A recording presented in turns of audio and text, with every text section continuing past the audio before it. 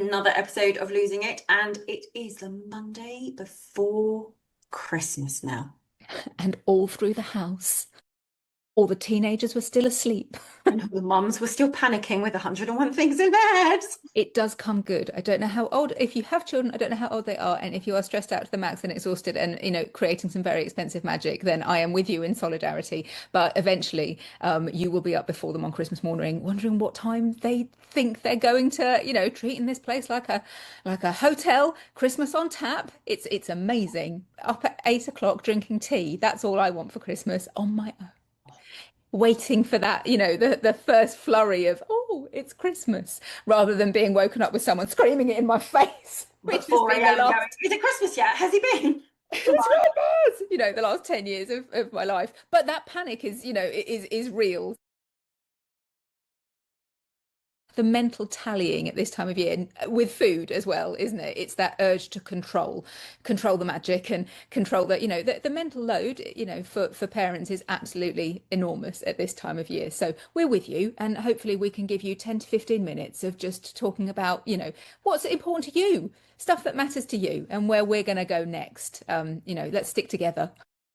Exactly. And I do think some of that mental tallying, especially this time of year, if you've been on plan and you're trying to make a plan for over Christmas, there's a lot of that mental tallying going on about you wanting to create the magic for others. And does that include meaning that you should buy all this additional food that you personally might not be interested in eating, but then will be in your house to create the magic for everybody else? Or do they not? Yeah, one thing hit me a long time ago, and that was sort of, we talk a lot about what does it really mean to you? Pick your favorites, and don't go overboard. But that in itself is kind of, it's that damage control mentality. It sort of, we want to dismantle that idea that Christmas is something that you have to survive or that you have to undo, because we all know the approaching storm of the following week is all going to be about, it's going to have to hurt to work, and now you've got to buy an expensive program and gym membership and all of these things. And yes, we are here on offer, and we are offering to be here to support you to move forward with your weight loss,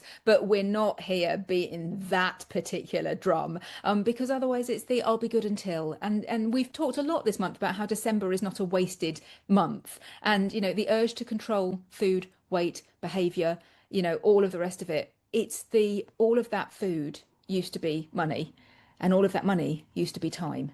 And that one really resonates with me. All those toys used to be money that you've traded your time for at work, and all of that used to be time. And what do we want more than anything is time. It's the freedom to choose what to do with our time. And that's one of the things we talk a lot about, is the mental load of all of it, but particularly of worrying about weight, and your last thought at night being, oh God, I've really got to do something about this, and your waking thought in the morning, you roll over and you're achy and you're not happy in your own body, and you're like, oh God, I've really got to do something about this. And all of that time that needs to be freed up to do other things, to pursue the life that you really want to.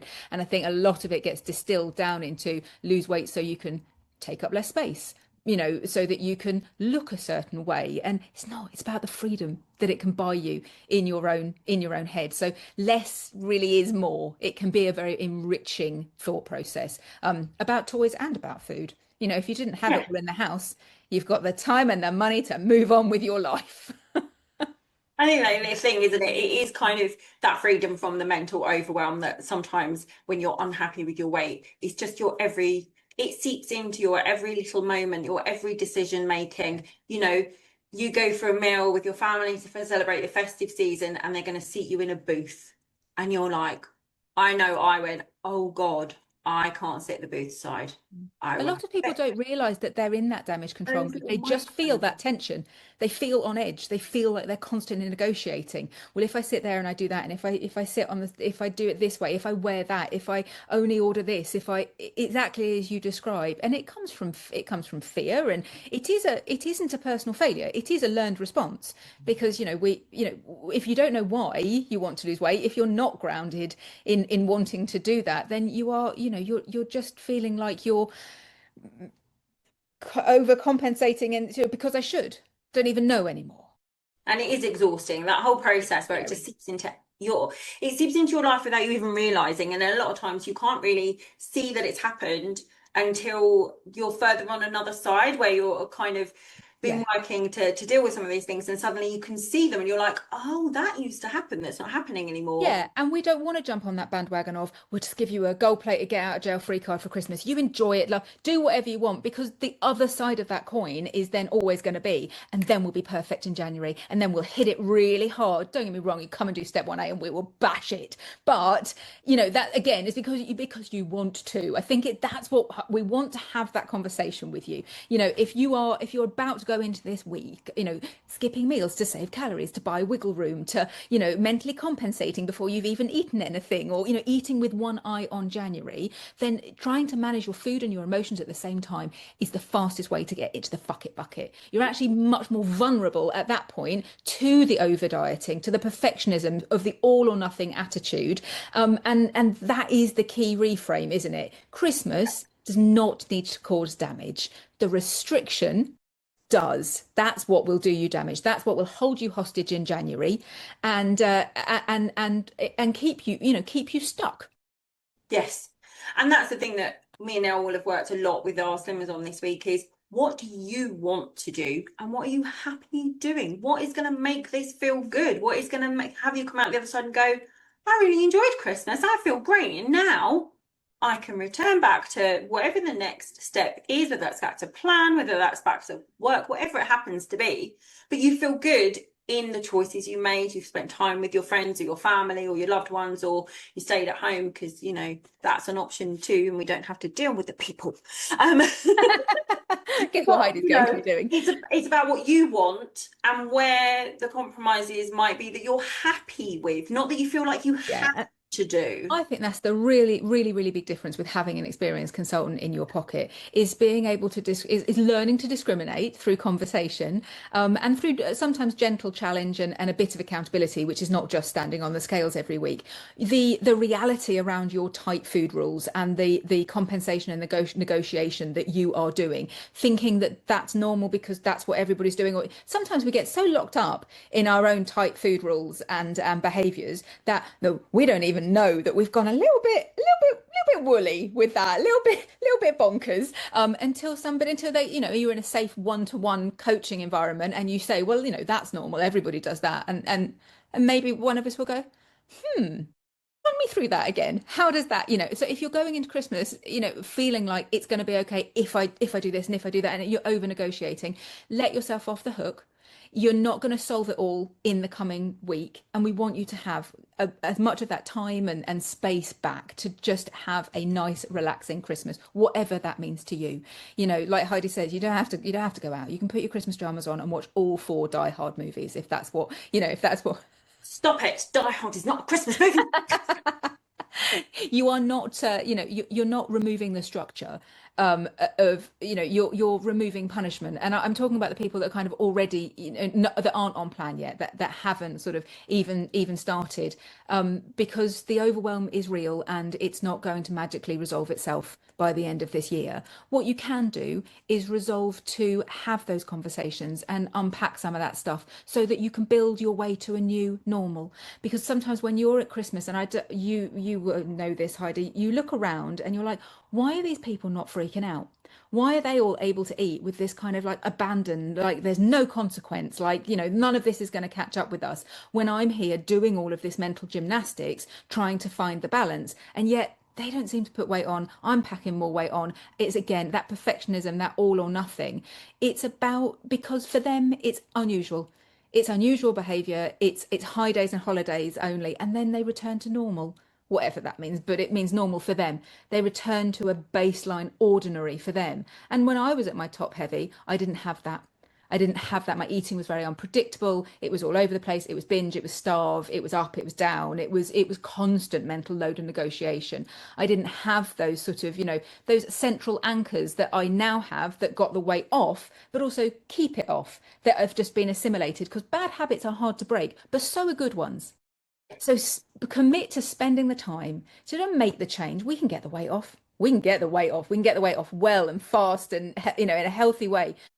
but we can also keep it off by creating that new normal so that you never have to keep going round that roundabout. You can approach the, once you're at your goal and where you want to be, it's a short distance then to maintenance, because when you put the energy into this is what I do now, this is what I do instead, this is my ordinary, then it massively prevents and protects you from that backslide of, weight maintenance being a wing and a prayer.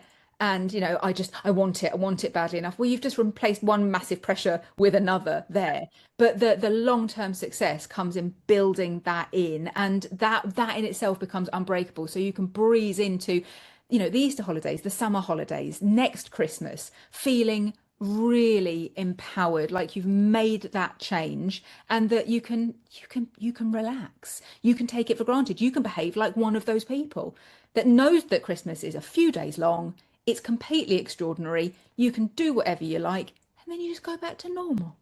Wouldn't Yeah. that be lovely? Because I think a lot of us look at what I and lots of people refer to when you're at your heaviest, the naturally skinny people, that they have Exactly. something that you don't have, that's unattainable for you. They they do and they don't. They have the skills to be able to do what Nell just described, to be able to naturally return to that center place for them that evens it all out. And then they go on holiday, they have a Yeah, lovely time, and then they exactly. Because a return. few days doesn't undo anything, right? Because you're Yeah, not and on because the it's edge a all the time. skill, Bodies are adaptive. They're not that fragile. But you just go back to normal. and it's a skill, and I think that's what we forget. That is a skill that you can learn, It's a that learn. you can implement for yourself. It's not something that's unattainable, and that's what we help you with, is learning that skill, embedding that skill back in, practicing that skill, so that, like Nell said, those new habits suddenly become like the bad unbreakable ones that are really tough. They become those, they replace them over time, they seep into your daily life so that you hardly notice them anymore. That's just how you live now. Yes, and that's why when you ask people, how do you keep your weight off? They will not tell you Oh what they no. eat. They'll tell you how they eat. Yeah. And when you're on the other side of that, you're like, I don't understand, why are they not telling me the list of no-go foods, the things that they gave up, the things that they're not allowed to do anymore, because it's not where their focus is. They're not in that place anymore. They are now telling you the things that they do. And that there is an enormous pressure to enjoy everything, to Yeah. control everything. You don't need to approach the new year trying to fix December. There is no, the call to action here is support. And to have the conversation, we say that a lot, don't we? Come and have the conversation that is meaningful to you. We can only ever dig as deep as we can, talking in generalizations on our YouTube. But what we do want to come here and what we do really prioritize is demonstrating that it is the parts of this will be pulled out as they are most useful to the individual. And that's where really effective coaching can make the difference. It is about eating less, but it is about learning to eat well with freedom for your future. And I think that's a lovely attitude to start the new year with. Yes, and it does not mean that you will never get to celebrate Christmas and eat all the yummy things ever again. No, That's not part of the equation. no, if you're, no, in actual fact, you'll be able to enjoy it much more when you're not tallying it up in your head and then worrying about the 39% APR that's going to be whacked on top of it because Yeah. there's always interest. There's no such thing as a free lunch. I can feel that, I can hear the finger Yeah, I mean, wagging I knew that's not from what you here. were saying when I said that, but I know that's when I was at my heaviest. That's where my head would go. Mhm. Like she's saying that, what that really means is never again can I eat whatever I like over Christmas. That's what that means. Forever I will have to be perfect and good. And it's like, no, that's not what we just said. That is what your brain wants to tell you at the moment. And that's why we say having those conversations are really important, and us being able to give you a little bit objectivity on some things and put some strategies in place that make this easier to understand, that make it sustainable for the longer term. That means you will have success with it and you will be able to achieve the things that you really want for yourself out of this. Yeah. And if you do find, just like Heidi said, if you do find that the BITCH in your head, 4 o'clock on Christmas afternoon starts getting all with the retributions and the pointing fingers and all the rest of it, just be very careful that you will stand up for yourself. There's nothing wrong with asserting your boundaries to yourself. That was part of a normal Christmas day. Yep. No, that was part of a normal Christmas day.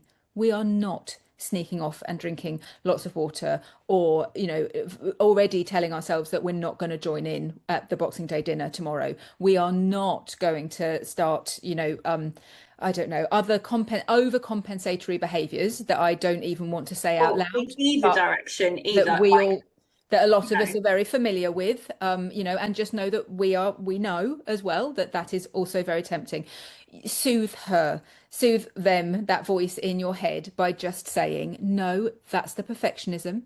I don't want to get, you know, because your heart rate goes up, makes you anxious and all the rest of it. We're not over promising, because that was part of a normal Christmas day. yes. Yes. Don't have to come back like your first appointment after Christmas like it's a confessional. And then I did this, Nell, and then I did that. No, don't, sometimes people do like to get a little bit of that. And then I ate the whole, you know, whatever it is. And, you know, you will see the lack of shock on mine and Heidi's faces. That's Yes. okay. That can be part of a completely normal Christmas, and then we will move on. Yeah, exactly. You know, and your brain can go either direction, because my brain would often go, well, we've done all that now. We might as well just eat everything for the next 3 days and make Yes. ourselves wildly unwell. And because we now have all that sugar and everything around our system and God knows what else, we're very anxious, and then our brain goes overdrive. So try not to let yourself wander off in either direction and punish yourself for something that is not wrong and does not need to be No. punished. No, You exactly. are That absolutely exactly well fine. said. Yes. Um, There are anchors. If you are on plan and you're listening to this like a warm, fuzzy blanket a couple of days before Christmas, because you know, you never get enough of us, then what I would say is stay hydrated. Just, you know, just for the fun of it, just for the hell of it, you know, like drink your water like you would on a normal day. And rest. Give yourself permission to rest, because a well-rested body is going to be, you know, is going to have less cortisol rocking around in their bodies and their brains, and is going to panic less. It's going to be less vulnerable to that voice in your head, that, you know, that tried and tested narrative of, now I've had a nice time, I must have a miserable time in order to pay for the nice time, and all of that nonsense. So rest as much as possible. Drink your water. Take those moments to just check in with your body, and think a little bit about, why am I continuing to do what I'm doing? Is it because I'm enjoying it? If you're enjoying it, crack on. If you're not, then just give yourself that time to even have the dialogue, because a lot of us, we will just go on autopilot, and then the script will kick in later with the retribution. So just try and anchor yourself in having that conversation. Oftentimes doing it whilst you're drinking your water is a really good time to do that, because it's just giving you a moment of pause. And also, you know, that you can have some of it and not all of it. Try and confront that feast or famine a little it's bit. not all or nothing. It doesn't have to be. No, exactly that. You can be a little bit more intuitive than that. And it doesn't have to be, well, I just won't have any of it in the house, or I'm not even going to look in that direction, or that's for them and it's not for me. You know, you do the version that you want to do, and it's much more likely that it will pan out like that if you have a plan with some intentions. I'm not going full manifestation here, but just it is much more likely that somewhere in that very early morning, or whatever Christmas looks like for you, that you do check in with yourself and just play out in your head, what's it going to look like? How do I want it to look? You know, because that will, again, it will start your day with some really positive intentions that are designed to nurture in your best interests, to look after you. Because what we will say many times in 2026 is, we're here and we're doing this because it is a good thing to do for ourselves. It is a nice, helpful, beneficial thing to do for ourselves, not as any kind of punishment. And if we can start that even on Christmas Day, then I think you will be in a brilliant, that is the best Christmas gift you could give to yourself. Yeah. And by thinking a little bit ahead and setting your intentions, your brain stops panicking about the unknown and stops obsessing about the food and what we're going to do tomorrow and what will we That's do so next true. and I how don't will I even deal care with what the that. plan is, just Yeah. there is one. You make a plan and you Yeah. go, well, this is how it's going to run. This is what I would like to do. This is what I'm going to indulge in. This is what I'm not so worried about. And actually, no one's going to ask me about it, so it'll be fine. If you just make a plan for yourself kind of mentally, your brain stops obsessing about it so much and worrying about it so much. And then you can be more present and enjoy the fact that this is a time for either rest or to spend with loved ones or to do whatever it is that feels best for you at this time of year. That is what it's about. And the food is just the social aspect, the extra little bit that we get to do, the extra little bit of fun, but it's not necessarily the focus. But sometimes, especially if you have been on plan or you're thinking about coming back in January, we can make food the whole picture, but it doesn't really need to be. That's not what it's about. No, you can take your eyes up off the plate and remember that it's about all of the other stuff as well. And if you've got too much, you are not personally responsible for eating it all up, finishing it all up, tidying it all away. That is not solely your responsibility. Christmas is a time of overindulgence and largesse, and we do. And there is, always going to be leftovers and Yes. and bits and bobs that we didn't get to or we forgot about. You don't have to worry about them. They are collectively all of our responsibilities. And in an ideal world, we probably wouldn't have done the extra side or, slightly over catered, or we weren't expecting them to bring that extra box of biscuits or it's absolutely fine to ask somebody in your family to deal with that. To lighten that load, quite literally, and it's absolutely fine to, admit to yourself and to your trusted friends and family, dealing with the responsibility of that brilliantly right now. Can you take them away? Because I don't want to be left in the house with a box of six mince pies. Yeah, I'll be honest, I know what will happen, and I don't want to be in that vulnerable position. So just get rid for me, please. And exactly. I wish we could be a little bit more honest about all of that. And I hope that you have a person in your life who you can and who you can be, and ask for that support that you need. I in my house would no sooner leave little bits of alcohol in all of the glasses and that much champagne, and I wouldn't leave them all around my house because other people in my life that I love would really struggle with that. They would find that quite triggering and quite tempting in a way that they really don't want to be exposed to. Asking for the support and a little bit of protection from the people in our lives, there's nothing wrong with that. In actual fact, it's brilliant once you've been brave and done it. Don't feel like you are alone or locked in, or that this is the only one that it's happening to. It's a very pressured time of year. What I would say is if you have ever been in contact with Heidi or I, and you have our number in your WhatsApp, then no matter how long it's been, send us a message today and tell us all the things that you're worrying about. Just get it out. Just get it out. But actually, what I'd really, really like you to do, for your benefit, and because I would love to be here to be able to offer this for you, and so would Heidi. I'm just speaking on your behalf because I know it's true. Absolutely fine. Is tell us what your plan is. Yeah. Say it out loud. I'm not going to hold you to account. I'm not here to throw it back. I'm not going to make you, lay it out. Just say your plan out loud to somebody that really cares what it is and what it means to you. And then later, if you would like to book in, come back and tell us how it actually went. And where were the wins? And what did you do that made yourself, you really, really proud? And what is the difference between what you ate and the way you ate it? And what did you learn? And how brilliant do you feel? And how much better do you feel about maybe having the conversation about what happens next? Because if you can drive this, you can do anything. Yeah. And if you happen to be catching this after, say, Christmas period, and you're like, I didn't do that forward planning bit, and I'm not sure how I feel about it, just come have the chat anyway and let us know how it went. How are you feeling? Because quite often, sometimes the voices get very loud and they make us think that we feel a certain way, and someone else can come along and go, that sounds like you had a great time. I don't know why you're worried. And you can go, oh, I don't have to be worried. And you're like, no, no, that is part of a normal Christmas. That's part of a normal Christmas. Things not going entirely to plan, also entirely part of a normal Christmas. Yeah. I am a great believer in also normal part of Christmas. Just saying, it's all part of it. Yes, it's a great opportunity to say things out loud. And a lot of what we get feedback on is you said something that really resonated that I didn't know other people said. I didn't know we were allowed to say out loud. I get that a lot. You say things like I'm brave. You say things that I didn't know other people were thinking. I thought it was just me. And anything that we can do to contribute to that, the breaking down of that isolation and the pressure that some of us feel around food. If you don't relate to what I'm saying, then I'm delighted for you, but you probably aren't still listening to this. It's a good point that you've given up by now listening. That's the thing. You're not still here if that isn't, if you're not part, if that's not resonating with you. We will be here next week saying, oh yeah, we had a lovely Christmas. We can learn from it, but if what you want to do is draw a line under it and move on, let's do that.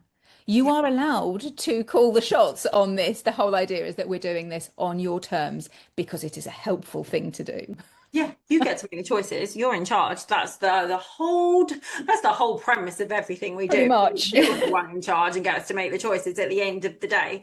And me and Nell will both be accessible over WhatsApp over the whole festive period. Our diaries are open. There are appointments up until the end of the year. In between Christmas and New Year, our January diaries are open. At any point, you can book in. At any point, you can just drop us a message and just say hi. If you don't know what else to say, you can just say hi, and we will reply back to you and say, "Oh my God, hi, how are you? Yeah, because sometimes it is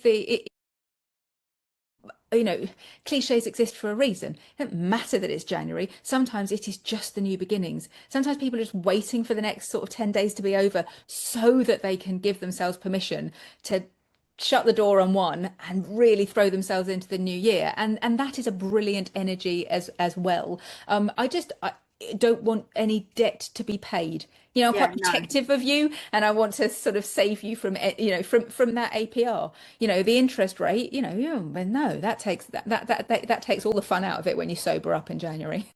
exactly. I think we've all had those horrible places between Christmas and New Year and felt terrible about ourselves and done the whole beating up thing and the pressure thing we've all done it to ourselves. And that's why me and Nell are always here every week talking to you guys, because we know exactly how that feels, because we have been there. And that's why we are so protective, and we don't want you to have to go through that, because it's not fun, it's not nice, and there is no need, there's nothing to be punished for, there's nothing you've done wrong, you are not wrong, there is no wrong. This is a very nuanced thing. There's no good or bad food. It's just food. Some of it has less nutritional value and more calories than others, and some of it is more fun than others. But that's okay, because there are situations for all of it, and it is just about finding that balance for you, and that's what we're passionate about. One last thing I'm just going to say, just when Nell was talking about, the extra food, the excess. If you don't have anyone to take it away, and there is excess, you don't have to eat it so that you're not wasting it. Money is gone. It Hmm. is gone. It doesn't matter if you eat it or it goes in the bin. The outcome is the same. You don't have to eat it and punish yourself with it. And You I don't feel care like if you they haven't wasted something. and I don't care if they did buy it for you, because No. once they gave it to you, it belongs to you. And they don't know what you did with it, and they don't care. Nope. They don't care. And Nope. if it's not opened, put it in someone's car and get them to take it to a food bank. You don't need it. Mm. You didn't open it. Don't, no one knows about it. The rest can go in the freezer or the Tupperware, out of your eyesight. But if what you want to do is just the day after Boxing Day, gather it all up and put it in a big black sack, you can do that. Hmm. It's okay. You're all right. You can totally do that. Yep. So we love talking to you every week. Please like and subscribe. If you would like to get in touch with us at all for any reason, just to say hi, our contact details are all in the description box below. And if you've been a customer of ours, we have been on the same phone numbers on WhatsApp as we always will be, and you can say hello to us at any time. Have a wonderful Christmas festive break, and we will see you again next week. Have a good one. Goodbye. Merry Christmas.